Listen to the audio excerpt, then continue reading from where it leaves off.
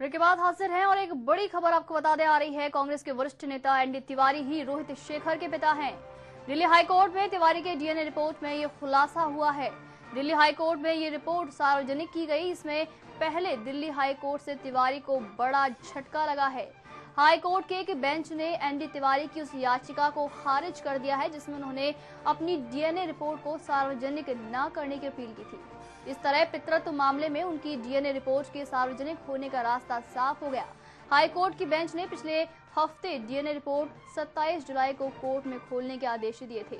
गौरतलब है कि रोहित शेखर नाम के युवक का दावा है कि तिवारी उसके जैविक पिता हैं। डीएनए रिपोर्ट से इस दावे की सच्चाई पता लग गई है।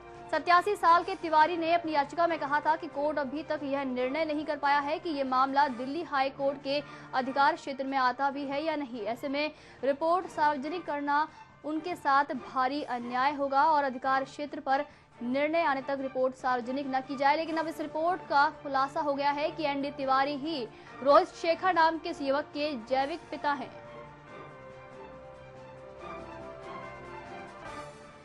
आपको बता दें, खबर आ रही है दिल्ली से, जहां पर कांग्रेस के वरिष्ठ नेता एनडी तिवारी को दिल्ली हाईकोर्ट से एक बड़ा झटका लगा है। रोहित शेखर नाम का एक युवक जो कि बहुत समय से एनडी तिवारी को अपना जैविक पिता कह रहा था, आखिर ये खुलासा हो ही गया है कि रोहित शेखर ही एनडी तिवारी का जैविक बेटा है।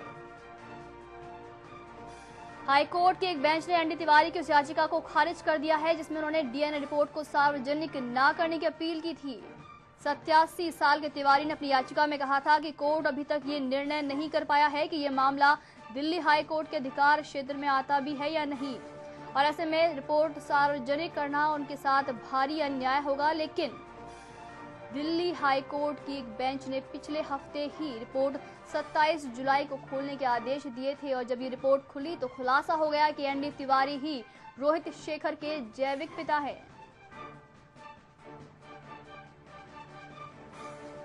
आपको बता दें, काफी समय से मामला चल रहा है जब एनडी तिवारी ने कहा था कि वो तैयार नहीं थे डीएनए जांच के लिए, लेकिन डीएनए यहां पर जांच हुई तो वहीं रिपोर्ट को सार्वजनिक करने को लेकर भी उन्होंने याचिका लगाई थी, लेकिन उस याचिका को भी खारिज कर दिया गया।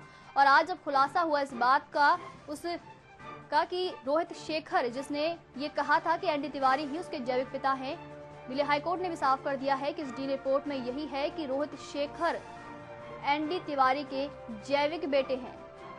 87 साल के कांग्रेस के वरिष्ठ नेता एनडी तिवारी को एक बड़ा झटका लगा है दिल्ली हाई कोर्ट से।